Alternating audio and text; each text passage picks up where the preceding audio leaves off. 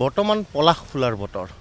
আৰু বিজ্ঞসকলে কয় যে পলাশ ফুলিলে বনজুই জ্বলে আৰু এই সময়ছোৱাত আমাৰ যি প্ৰাকৃতিক পৰিৱেশ বাতাবৰণ যথেষ্ট শুকান সেইকাৰণে প্ৰদূষণৰ প্ৰভাৱ এই সময়ছোৱাত বিশেষকৈ বতাহ প্ৰদূষণৰ প্ৰভাৱ বেছি পৰে ধূলি বালি যথেষ্ট হয় আৰু বিশেষকৈ গুৱাহাটী চিটি বা চিটিবিলাকত কাৰ্বনৰ যিটো উপস্থিতি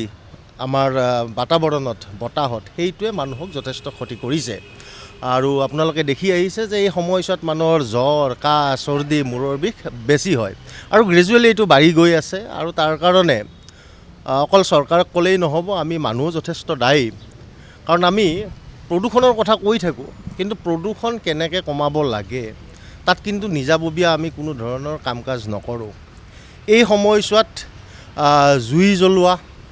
বস্তু বাহানি জ্বলাই দিয়া আৱৰ্জনা জ্বলাই দিয়া এইবিলাক কামৰ পৰা আমি বিৰত থাকিব লাগিছিলে কিন্তু আমি সেইটো নকৰোঁ বিশেষকৈ নৱেম্বৰ ডিচেম্বৰ জানুৱাৰী ফেব্ৰুৱাৰী 4টা মাহ আৰু এই সময়ছোৱাতে যদি চাই আমাৰ ফেষ্টিভেলবিলাকো যথেষ্ট বেছি হয় ফটকা আতচবাজীৰ পৰা আৰম্ভ কৰি প্ৰদূষণক ক্ষতি বাতাবৰণক ক্ষতি কৰিব পৰা প্ৰত্যেকটো কামেই আমি মানুহে কৰি আহিছোঁ আৰু বৰ্তমান এটা বস্তু চাব যে বতাহত আটাইতকৈ ক্ষতিকাৰক দ্ৰব্যবিধ হৈছে কাৰ্বন আৰু এই কাৰ্বন প্ৰশমন কৰি আহিছে আমাৰ সেউজীয়া উদ্ভিদবিলাকে আৰু এতিয়া আমি দেখিছোঁ যে আমাৰ গুৱাহাটী চহৰখনে যদি চাই চহৰত সেউজীয়া গছ গছনিৰ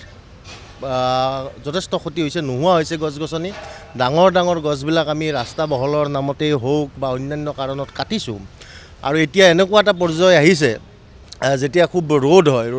ৰ'দৰ সময়ত আমি জিৰাবলৈ এজোপা ডাঙৰ গছো নোপোৱা হৈছোঁ গতিকে প্ৰদূষণ বাঢ়িছে